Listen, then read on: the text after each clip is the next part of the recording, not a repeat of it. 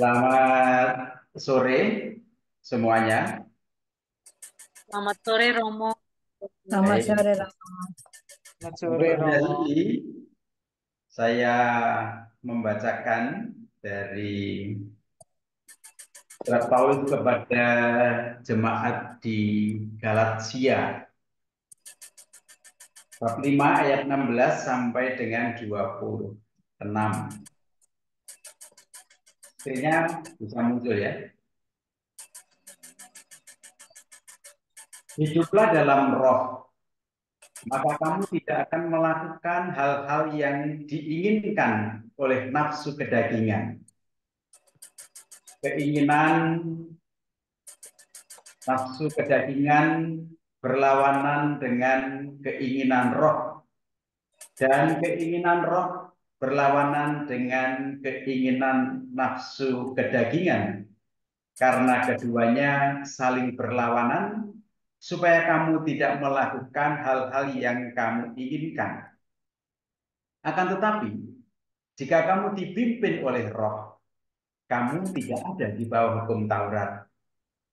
Pekerjaan dari nafsu kedagingan sudah jelas, yaitu dosa seksual, kecemaran, hawa nafsu, penyembahan berhala, kuasa gelap, kebencian, perbantahan, iri hati, kemarahan yang tak terkendali, kepentingan diri sendiri, perselisihan, perpecahan, kecemburuan, mabuk-mabukan, pesta pora, dan sejenisnya. Aku peringatkan kamu sekarang, seperti yang sudah aku peringatkan sebelumnya, siapa yang melakukan hal-hal itu tidak akan mewarisi kerajaan Allah. Akan tetapi, buah roh adalah kasih, sukacita, damai sejahtera, kesabaran, keramahan, kebaikan, kesetiaan, kelemah lembutan, dan penguasaan diri. Tidak ada hukum yang melawan hal-hal ini. Mereka yang menjadi milik Yesus Kristus telah menyalibkan nafsu kedagingan serta segala nafsu dan keinginannya. Jika kita hidup oleh roh, baiklah kita berjalan sesuai dengan roh. Janganlah kita menjadi sombong, saling menghasut, atau saling iri hati. Demikianlah sabda Tuhan. Kristus. Terpujilah Kristus. Syukur Tema renungan yang saya bawakan adalah Roh Kudus, Roh Kerahiman Ilahi. Nah, kalau kita membaca dari buku harian Santa Faustina nomor 148, akan kita temukan demikian. Jiwa yang mulia dan lembut, bahkan yang paling sederhana, namun memiliki kepekaan yang halus, melihat Tuhan dalam segala hal, menemukannya di mana-mana, dan mengetahui bagaimana menemukannya, bahkan dalam hal-hal yang paling tersembunyi sekalipun. Yang menganggap segala sesuatu penting. Ia sangat menghargai segala sesuatu. Ia bersyukur kepada Tuhan atas segala sesuatu. Yang mengambil manfaat bagi jiwa dari segala sesuatu. Dan ia memuliakan Tuhan. Yang menaruh kepercayaannya kepada Tuhan dan tidak bingung ketika masa cobaan tiba. Itu dari buku catatan harian Santa Faustina nomor 148.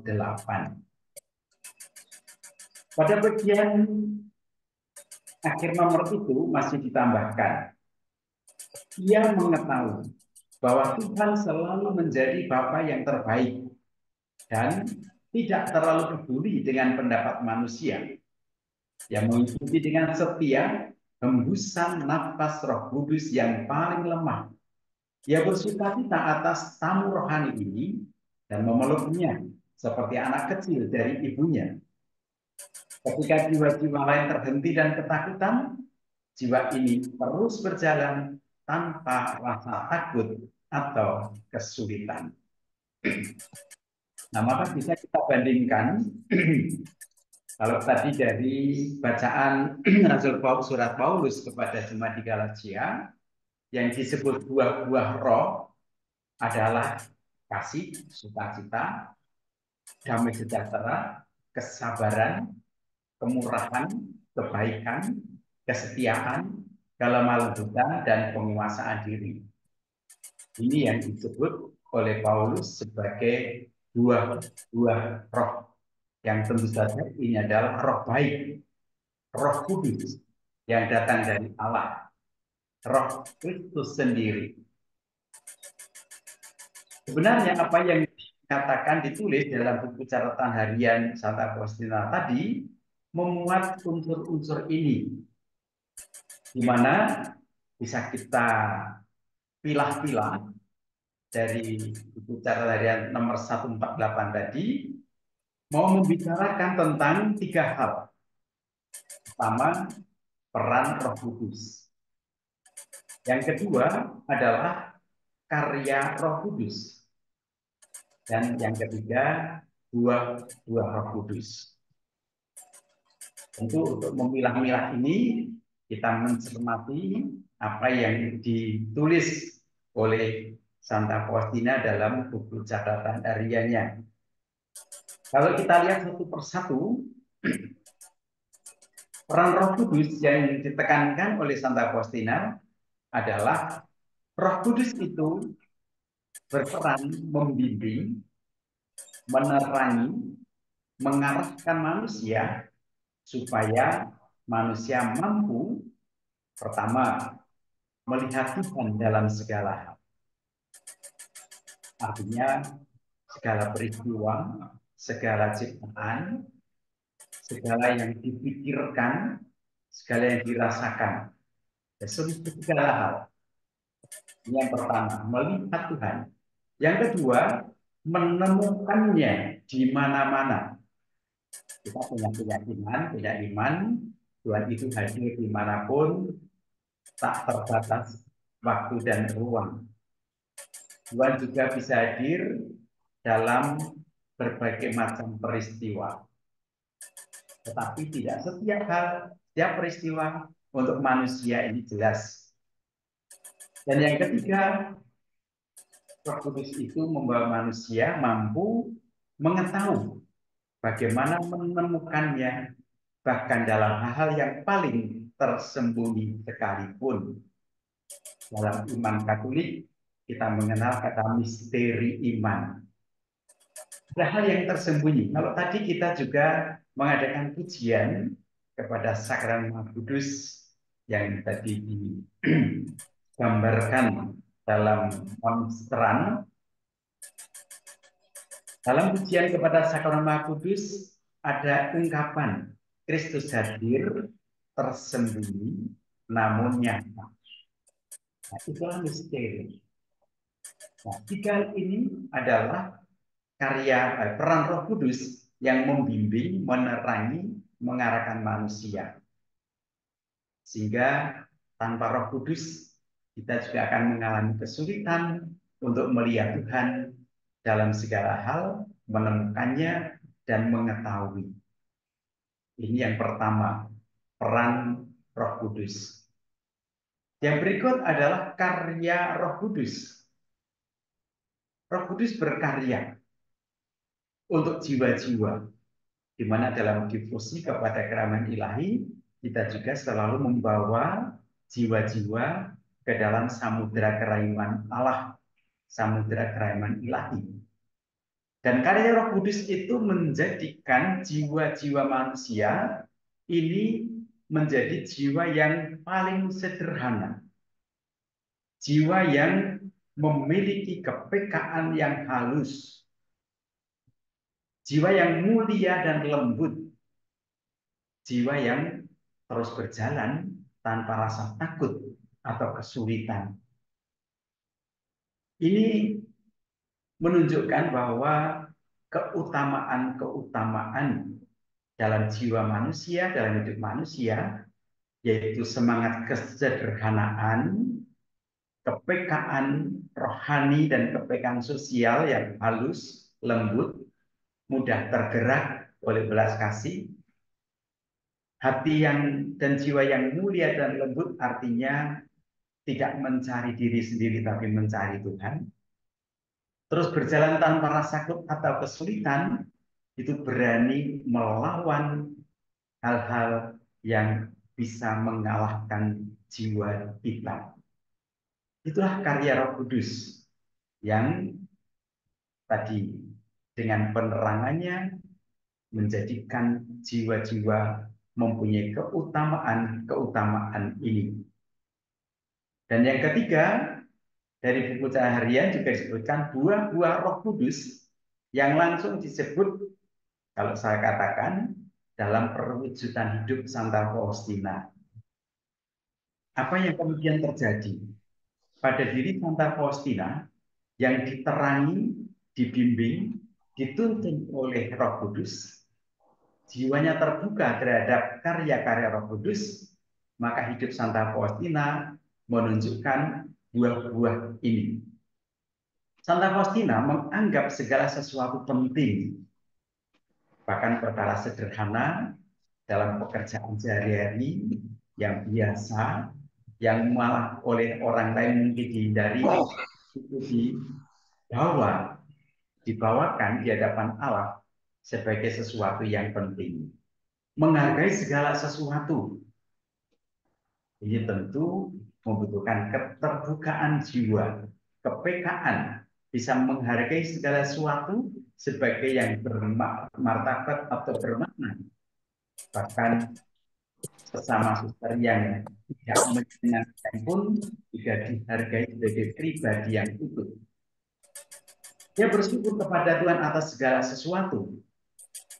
Pengalaman sakit, pengalaman dikucilkan atau disingkirkan, membawa Santa Faustina semakin mengenal Tuhan dan bisa bersyukur. Kemudian Santa Faustina mengambil manfaat bagi jiwa dari segala sesuatu. Menggunakan hidupnya, menggunakan kesempatan bekerjanya, menggunakan waktu untuk doanya, itu dimanfaatkan untuk keselamatan jiwa-jiwa, dan kemudian ia memuliakan Tuhan, tidak mengangkat diri sendiri, tidak menyombongkan diri, tapi memuliakan Tuhan. Santa Faustina menaruh kepercayaannya kepada Tuhan. Yang tekun dan setia menunjukkan kepercayaannya ini. Penyerahan dirinya yang total. Dan ketika mengalami sakit, mengalami disakiti, ya tidak bingung. Itu disebut masa cobaan yang membawa kepada rahmat. Santa Faustina mengetahui bahwa Tuhan selalu menjadi Bapa yang terbaik.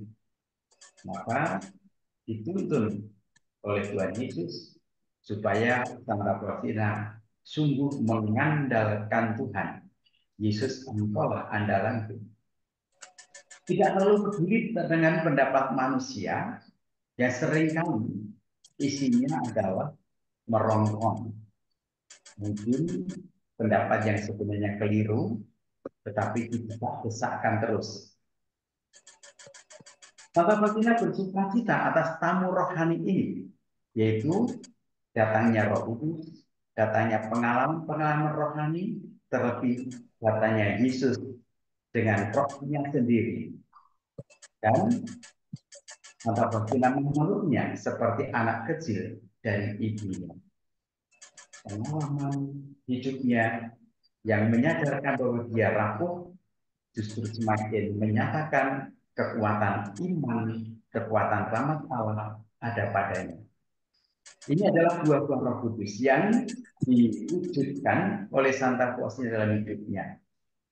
Yang kalau kemudian kita sejajarkan, kita bandingkan antara buku catatan harian 148 dengan Galatia nomor 3 bab 5 ayat 22 sampai dengan 23 bagian buah-buah roh, lalu bisa kita temukan garis hukumnya. Kalau Santa Faustina menganggap segala sesuatu penting, itu berarti ada buah-buah roh dalam hatinya, yaitu kelemah lembutan dan kemurahan. Bermurah hati dengan menerima makna dari segala sesuatu. Yang kedua, kalau sangat menghargai segala sesuatu, maka dalam diri Santa Faustina hatinya ada kasih, ada kebaikan. Dengan bersyukur kepada Tuhan atas segala sesuatu, dalam jiwa hati Santa Faustina ada buah roh sukacita, damai sejahtera. Ketika ia mengambil manfaat bagi jiwa dari segala sesuatu, ada dalam hati dan jiwanya damai sejahtera, tapi juga sekaligus penguasaan diri. Tanpa penguasaan diri akan sulit mengambil manfaat dari segala sesuatu untuk jiwa orang lain. Tanpa penguasaan diri, yang akan diutamakan ya diri sendiri. Ketika bisa memuliakan Tuhan, tentu jiwanya, hatinya penuh dengan sukacita, penuh dengan kasih, dan inilah arah tingkah hidup rohani, yaitu memuliakan Tuhan dan menemukan sukacita dan kasih Allah, konsolasi dalam hidup. Menaruh kepercayaannya kepada Tuhan, tentu ada kasih yang besar kepada Allah, sekaligus kesetiaan. Sebab tanpa kesetiaan, tentu mudah sekali melarikan diri dari Allah atau mencari jalan di luar tuntunan Tuhan, apalagi ketika menghadapi pencobaan. Sehingga ketika menghadapi pencobaan, dampak positifnya dengan buah roh, kesabaran dan penguasaan diri, tidak bingung, tidak galau, kemudian juga bisa mengarahkan hati dengan tetap setia. Mengetahui bahwa Tuhan selalu menjadi Bapa yang terbaik. Ini karena ada penguasaan diri, terus mengendalikan diri, dan menyerahkan diri dalam kasih, supaya pikirannya pun ditarik oleh Allah untuk memahami, mengerti. Allah hadir. Sehingga imannya bukan iman yang buta, tapi diperkaya terus-menerus dengan pengetahuan akan Tuhan. Ketika tidak terlalu peduli dengan pendapat manusia, maka ada damai sejahtera dalam hatinya karena dipenuhi dengan kehendak dan pendapat Allah. Ini yang kemudian sering disebut bisa melakukan pembedaan roh. Mana yang roh baik, mana yang roh jahat. Ketika mengalami dan menerima roh baik, meskipun bertentangan dengan orang lain, ada damai sejahtera. Bersuka cita atas tamu rohani, keterbukaan terhadap Roh Kudus akan mengalami dua roh sukacita, damai sejahtera. Dan ketika memeluknya seperti anak kecil dari ibunya, ada kasih, ada kelembutan. Nah, sudah, apa yang bisa kita temukan, kita sejajarkan dari sabda Tuhan melalui surat Paulus kepada jemaat Galatia yang disebut dua buah roh, dan dalam pengalaman iman, pengalaman rohani Santa Faustina yang diwujudkan dalam hidupnya. Nah, kalau kita merenungkan dua hal itu dari sisi Santa Faustina, dari sabda Allah, surat Paulus, kita sekarang hidup dalam gereja masa kini. Dan kita sudah mendapat pengajaran, kita juga setelah menerima pencurahan Roh Kudus melalui pembaptisan, sakramen penguatan, sakramen-sakramen yang lain, bahwa Roh Kudus sebagai tanda roh kerainan ilahi itu menjiwai dan menghidupkan iman jemaat perdana, sehingga mereka dapat hidup sehati dan sejiwa, serta menjadi saksi atas kebangkitan Kristus. Di jiwa kehidupan jemaat perdana ditandai oleh Roh Kudus yang tidak lain adalah roh kerahiman ilahi, sehingga sehati sejiwa tergerak oleh belas kasih dan menjalankan tugas sebagai saksi iman yang teguh.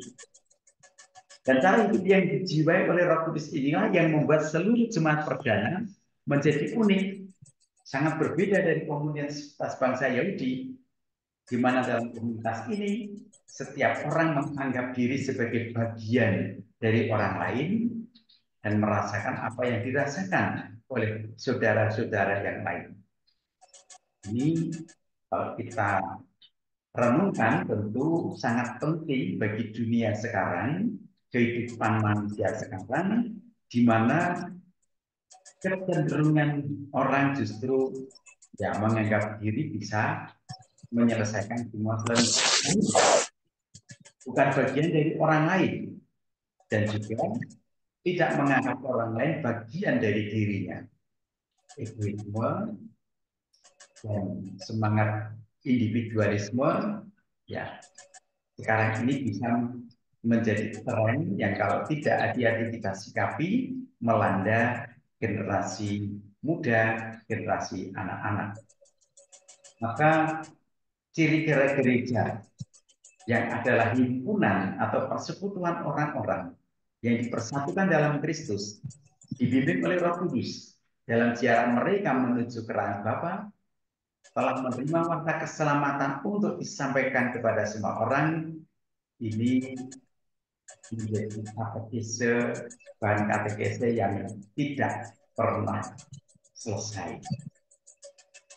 Beberapa tahun lalu saya mendapat sosialisasi tentang jati diri gereja ini yang dibawakan seorang Romo senior, lalu membuat note atau notasi untuk teks ini.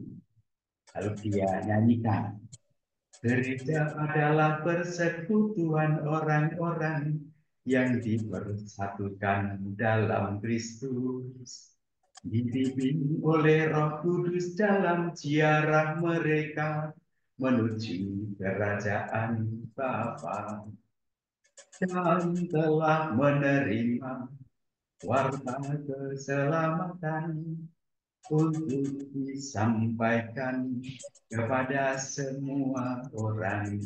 Nah, punya seperti itu dulu saya ingat dinyanyikan senior dan anak-anak itu diajak nyanyi ini sehingga mudah menghafal. Jati diri gereja itu dijiwai, dibimbing oleh Roh Kudus. Roh Kudus berperan membimbing gereja. Dan orang-orang yang dibimbing oleh Roh Kudus adalah yang hidup dalam persekutuan dengan Kristus. Tanggung jawabnya adalah menjadi saksi karya keselamatan. Nah, oleh karena itu misi gereja yang adalah kita yang telah dipersatukan dalam Kristus yang adalah wajah kerahiman Allah, maka gereja tentu juga diutus untuk mewajahkan misinya, mandatnya, mewajahkan kerahiman ilahi itu dalam seluruh perbuatannya, baik melalui kata maupun perbuatan. Contoh-contoh kehidupan Santa Faustina yang tadi saya tunjukkan menghasilkan atau menunjukkan buah-buah roh itu bisa juga satu persatu kita dalami, kita diskusikan, kita renungkan supaya kita juga bisa mewajahkan kerahiman ilahi. Ya, mungkin tidak bisa selengkap Santa Faustina, tapi kalau mau ya satu persatu nanti dalam novena Roh Kudus setelah kenaikan Tuhan Yesus, buah-buah roh dalam Galatia, contoh buah-buah roh dalam kehidupan Santa Faustina bisa direnungkan selama novena kedatangan Roh Kudus itu. Nah, saya mengutip apa yang dikatakan oleh Paus Fransiskus dalam Gula Misericordiae Cultus, wajah kerahiman Allah, yang ditulis tanggal 12 April 2015. Paus Fransiskus mengatakan demikian. kredibilitas gereja terlihat dalam cara yang menunjukkan kasih yang penuh rahim dan berbelas kasih. Gereja memiliki sebuah keinginan tak berujung untuk menunjukkan kerahiman. Dan keinginan tak berujung itu bukan berarti keinginan yang tidak bisa terwujud, tapi keinginan ini tidak akan pernah selesai sebelum kita sendiri menghadap tahta kerahiman Allah yang sejati, yang ilahi. Maka tidak ada hentinya kita harus membangun kredibilitas gereja di dunia ini dengan mewajahkan kasih dan kerahiman ilahi. Apa yang kemudian sering kita bicarakan dan sudah tentu kita bicarakan, bagaimana kredibilitas itu bisa langgeng dan terus-menerus, ya kita kembali kepada tradisi teologi moral Katolik tentang 7 karya jasmani dan 7 karya rohani sebagai tanda belas kasih. 7 karya jasmani kerahiman dan juga 7 karya rohani kerahiman. Ini tentu sudah sering kita lakukan dan juga sering sudah kita bahas. 7 karya jasmani itu juga disebutkan dalam Injil Matius bab 25.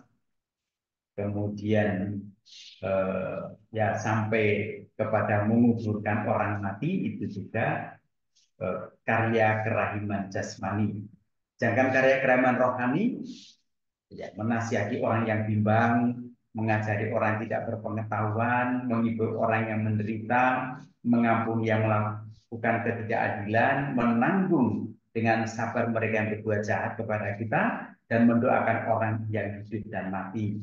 Ini juga bisa kita wujudkan nanti dalam novena kerahiman menjadi topik-topik novena Roh Kudus, jadi topik-topik yang bisa kita diskusikan wujud nyata dari buah-buah roh itu.